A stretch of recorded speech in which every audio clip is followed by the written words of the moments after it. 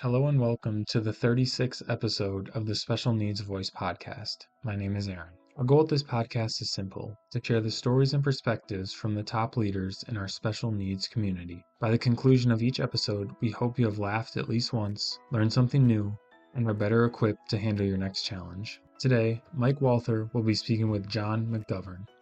John currently serves as Principal in Charge of Accessibility Consulting for WT Group AEC and has more than 30 years of experience in parks and recreation. He is widely known for authoring the 1991 handbook on ADA compliance for the Illinois Park District, which is still used today to help make public spaces accessible for people of all abilities. In this episode, John shares what first got him into accessibility work, his perspective on the aging population in the U.S., and what that shift means for accessibility and inclusion. Additionally, he offers thoughtful guidance and insights for individuals navigating the decision of whether and how to disclose a disability to peers and in workplace settings.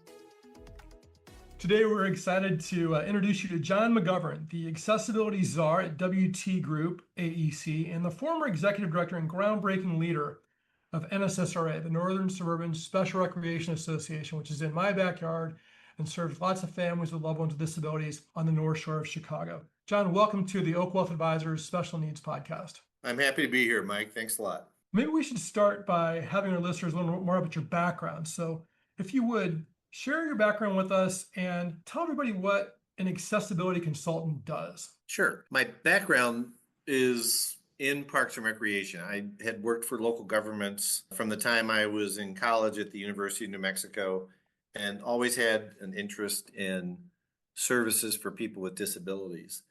And after working in New Mexico and then in Illinois, I became a consultant using my law degree. I was always interested in the civil rights aspect of whether local governments have a legal obligation to provide inclusive services for people with disabilities. And of course, today, in 2026, we know that indeed that is the case. So as an accessibility consultant, we help cities and counties and park districts and states and the occasional business figure out the right path to not just minimal compliance with the Americans with Disabilities Act, but exceeding the minimum requirements and understanding that that benefits the entity, it benefits people with and without disabilities as well. I think it's a really great point. I think most of our listeners understand that great design and great accessibility is really better for everyone, not just those who have expressed disabilities. That's right. Good stuff. So you've been in this space for over 30 years. Maybe share with us what initially drew you into parks and recreation specifically, and then how you're able to, initially work with the Illinois Parks and Recreation departments to do more, and then now on a more national scale in your consulting role with the WT Group. Well, it started really when I was a kid and would have been a beneficiary. I have a disability myself. Okay. And I had to lie about it so I could participate in sports. I was treated differently at work when I was a teenager, and then when I was in college, and then after graduation, when I got my first full-time job, the same circumstances occurred, and it just wasn't right. And as I grew in my career and experienced changes, I realized that I could do something about that so that some other kid somewhere else wouldn't have to have that same experience. So that was really what drove me into it. I was an athlete then. I'm not going to say I am now. And so sports and recreation were what seemed to be a natural calling for me then too. So that's how I kind of blended the two together. So what are some of the challenges then that you're seeing, whether it was in your time working with the Illinois Parks departments or even now working more nationally, that you're seeing that need to be overcome in these different parks and recreation groups that you can assist with? Well, I think that there's still too many of us, and this is probably applicable beyond the Americans with Disabilities Act and disability-related issues, but I think there are still too many of us that make decisions based on subjective data or stereotypes, or, yes, I'll use the word prejudices.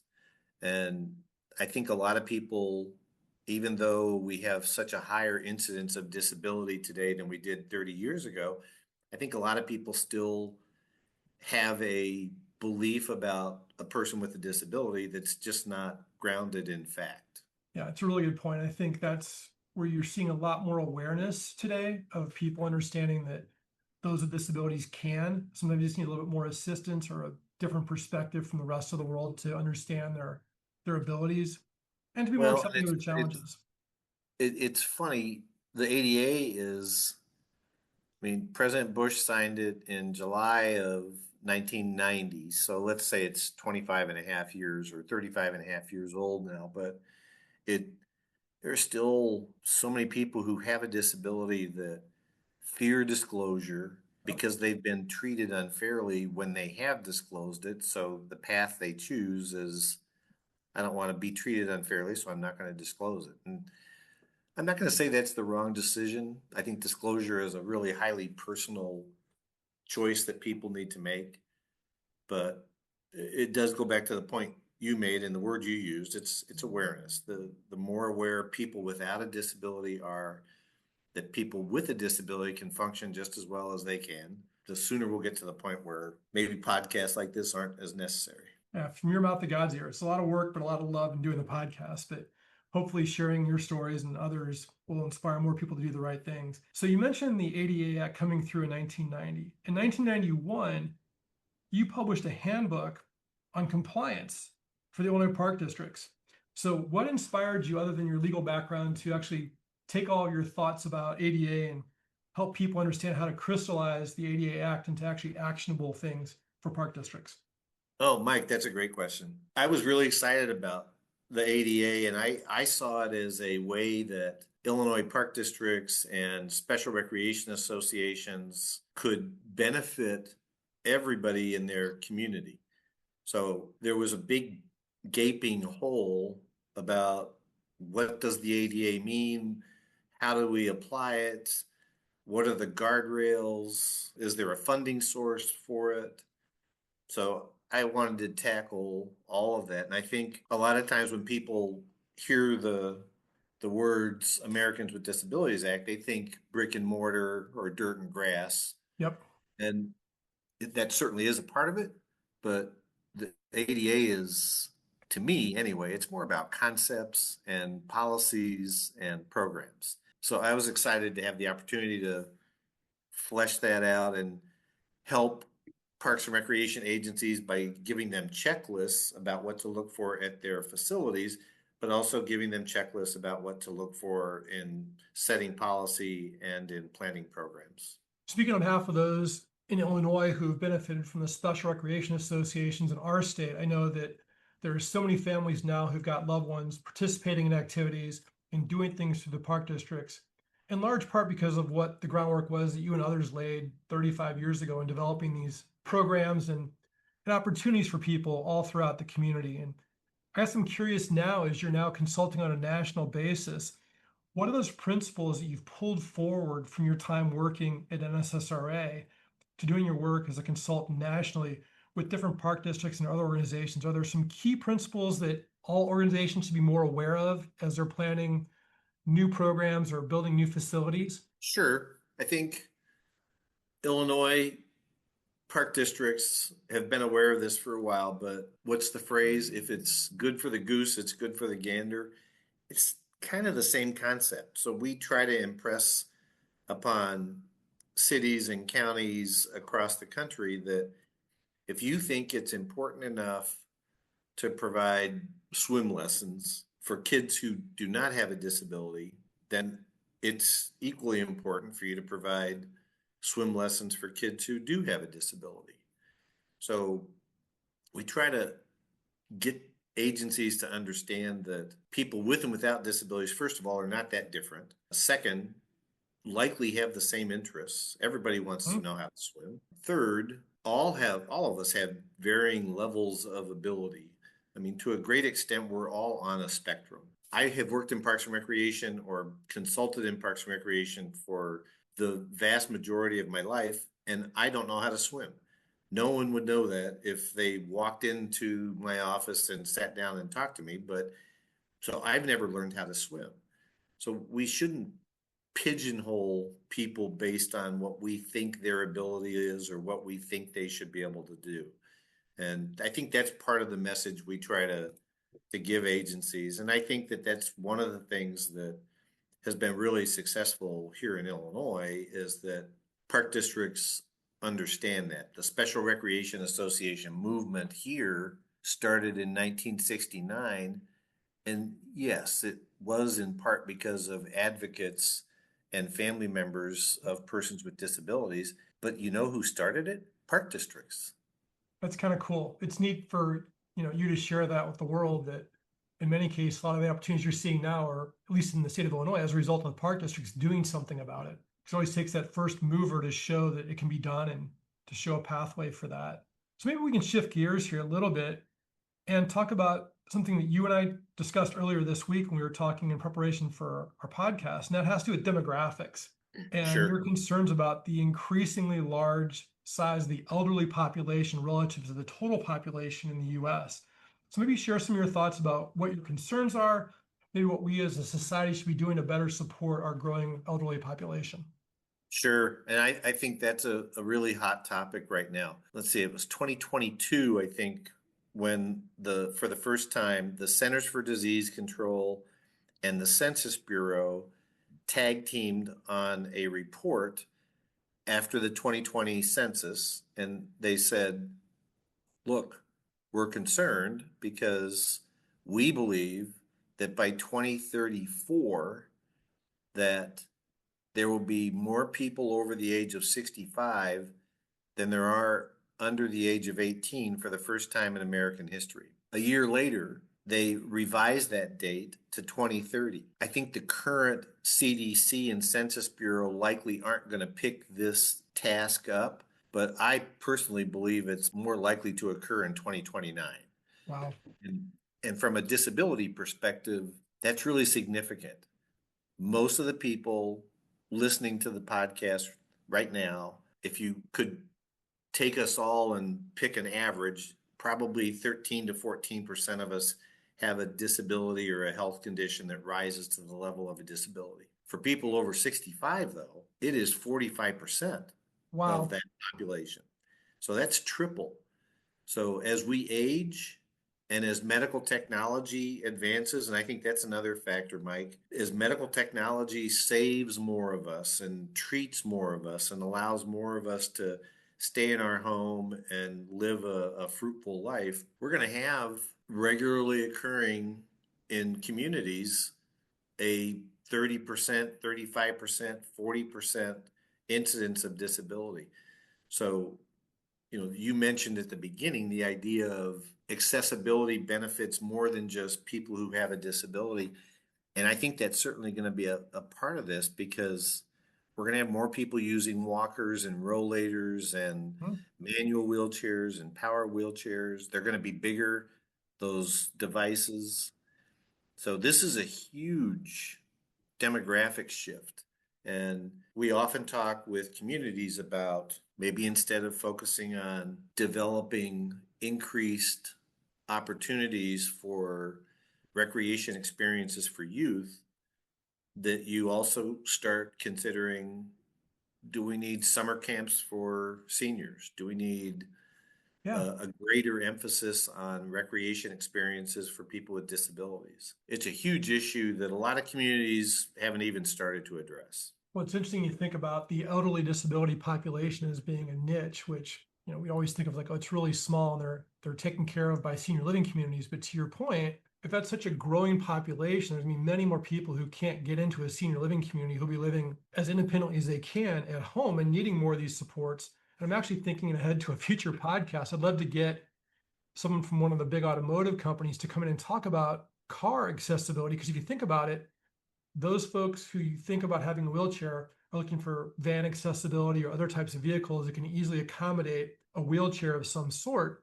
And if we're going to get to a number you just shared in the future, and people don't want to give up their ability to have autonomy and be driving their own vehicles, we're going to need a lot more vehicles that can accommodate those other supports that the people have to keep with them at all times. And there is an automaker that acknowledges that. I'm not going to endorse one over the other. I think they all see this coming.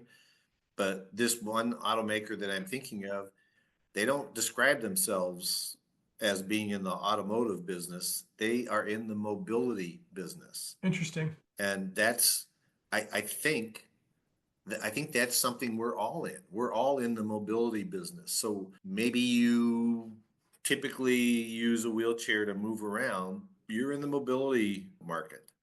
And I think that's going to be a growth industry. It sounds odd to say it that way, but as we move ahead, it's going to be a growth industry. Interesting thoughts. So clearly we understand that automotive is going to have to change to accommodate a different future demographic. What other emerging technologies or trends do you see that are going to be transforming inclusion and accessibility over the next couple of decades to not accommodate just the senior population, but really just the disability community in general? There are certain areas that you see that will be opportunities either for people to be taking on new employment to grow businesses or just to create businesses to serve a population? I think one of the trends is science. Science is advancing exponentially. We're going to have more cures. We're going to have simpler delivery systems. We're going to have better preventative approaches. So that again is going to translate into longer living. It's going to mean more of us who have a health condition or a disability are still around and knocking on the door of the Parks and Recreation Agency or the municipality and saying, hey, we want services too. So I think that that's a key piece is technology. We already talked about awareness. I think as more and more people become comfortable with both being known as a person with a disability, but also expressing the fact that, hey, I know my rights and I know I'm entitled to this type of service or support. So I think that those are two trends. I think inclusion, it's 2026. And let's be candid, inclusion or that term has taken somewhat of a hit across our local government markets. Mm-hmm. We've seen some jurisdictions, I'm going to say, approach it from a semantics perspective. So instead of calling their office the office that addresses accessibility and inclusion, they're instead calling it the Accessibility and Community Engagement Office. Sure. Whatever works to address the current preferred language, as long as people who have a disability aware that engagement is also code for inclusion. But I think we're gonna see that for a couple of years here as jurisdictions and people who have a disability try to adjust to the fact that some of the words that were important a year ago are not in vogue right now. Yeah, fair enough. One of the things you touched on a couple of times in different ways in our discussion today has to do with disclosing your own disability. And for those who are out there, any advice you have for them about the risks and the benefits of disclosing, whether it's to colleagues or to a manager at their employer? What kinds of advice can you share, either from personal experiences or just from your knowledge in the community over decades of work, that you can impart to those who are concerned about disclosing and whether there's an added benefit to that or just greater risk? It's a complex issue. I'll talk about how I've handled it, and I'll share my own thought about how other people should handle it. The idea of disclosure is to lend some truth to your relationship with your coworkers, those you serve, and those you socialize with. When you disclose that you have a health condition or a disability, I don't necessarily believe, and I didn't approach it this way, that it should be a blast to everybody. I've made sure that in every place I worked, and since I'm not a millennial, that means there have been about 5 or 6 places I've worked in my life. I've made sure that one person who I worked closely with, either my supervisor or that person's supervisor or a colleague, knew my health status and knew my preferences if my health status were to become an issue at a site. As far as what I believe others should do, I think that they should address this themselves and figure out a way that works for them. It's not a one size fits all. And I think in part it depends on what your health condition or disability is. I would say that mine is not life threatening. I have a seizure disorder, so it's pretty well regulated with medication. And probably to no one's surprise, I'm more inclined to have a seizure if I'm tired, if I haven't taken my medication, and if I'm under stress. So I think we could probably chalk that up for a lot of other people as well. So my disclosure has worked really well. I've always had, like I said, a trusted coworker or colleague or cohort. So it hasn't been a problem for me. But I do know that for others, it can be a problem because they fear that disclosure means they're going to be treated differently. And so I want my work to stand for itself. I don't want people to think I'm hiding the fact that I have a disability. So I have chosen the route of disclosure. I appreciate you sharing that, because I know there's lots of listeners out there who are struggling with that or wondering what the right way to go is going to be. And I think your point of making it a very personal decision and for them to weigh their own options and what they're comfortable with is really great advice. I think that's what it comes down to for everything is if you're comfortable with it, go forward. If you're not, don't. And we've got lots of families we work with where they're really reticent to get a diagnosis for their child because they don't want a label put on their child.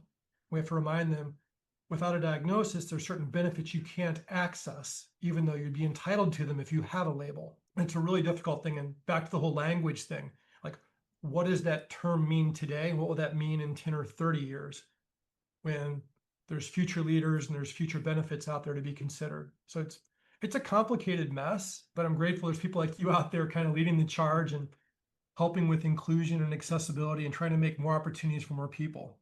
Well, I think it's evolving too. When I talked about my disclosure moments ago, that was in regard to the workplace and certainly my social situation. If I was dating somebody or marrying somebody, and they obviously knew. But I didn't tell clients until probably about 5 years ago. Okay. And it had an immediate positive impact. Clients were, oh, so you're not just a consultant. You really know this from a personal perspective too. So I'm glad to say it worked out great in that perspective.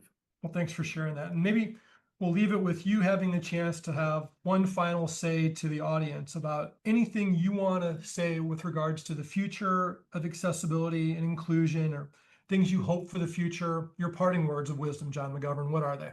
Sure. A good friend of mine who used a wheelchair used to call me temporarily able-bodied. And I think that that's a good way to set our own perspectives when we're talking to somebody else. You don't know who has diabetes or a seizure disorder or asthma from looking at them. Sure, you can see that somebody uses a wheelchair and they're a person with a disability, and you might be able to tell that somebody's deaf or blind. But why is it important? We should relate to people based on what their accomplishments are, what their skill set is, and not try to pigeonhole them by judging them based on their physical ability, their cognitive ability, whether they have 100% vision and hearing and so forth. So maybe let's start by treating everybody equally and then making modifications as they become necessary as we realize that somebody has a health condition or a disability. So I think I'd start that way, flip the pyramid a bit. What a beautiful message. What a wonderful way to end our podcast, John. Thank you for all of your work. Thank you for your friendship. And thanks for joining us today on the podcast. My pleasure, Mike. Thanks for the opportunity. Look forward to doing this again. Thank you for listening. Please refer to the show notes on how to connect with John. If you would like to suggest a guest for a future podcast, please email me at aaron@oakwealth.com. See you next time.